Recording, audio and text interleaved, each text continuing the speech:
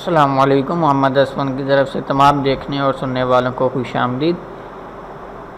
دوستوں کے اصرار پر میں نے فیس بک کی ٹپس کے لیے ایک علیحدہ ٹیب بنا دیا ہے، جس کو آپ یہاں پر کلک کر کے فیس بک کی تمام پوسٹ اسے متعلقہ یہاں پر آپ دیکھ سکتے ہیں۔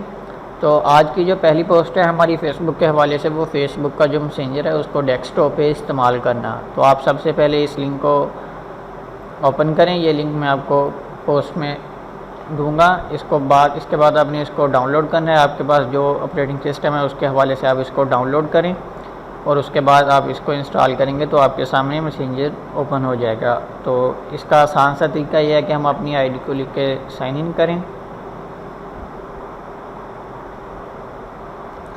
اور سمپل سی بات ہے، اور ہمارے پاس یہ اوپن ہو چکا ہے۔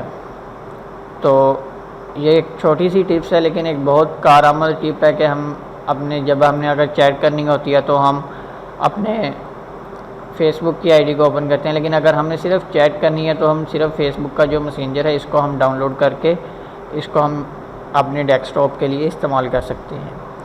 یہ ویڈیو کے بارے میں اپنی رائے سے ضرور آگاہ فرمائیں۔ اجازت دیجیے محمد اسفن کو۔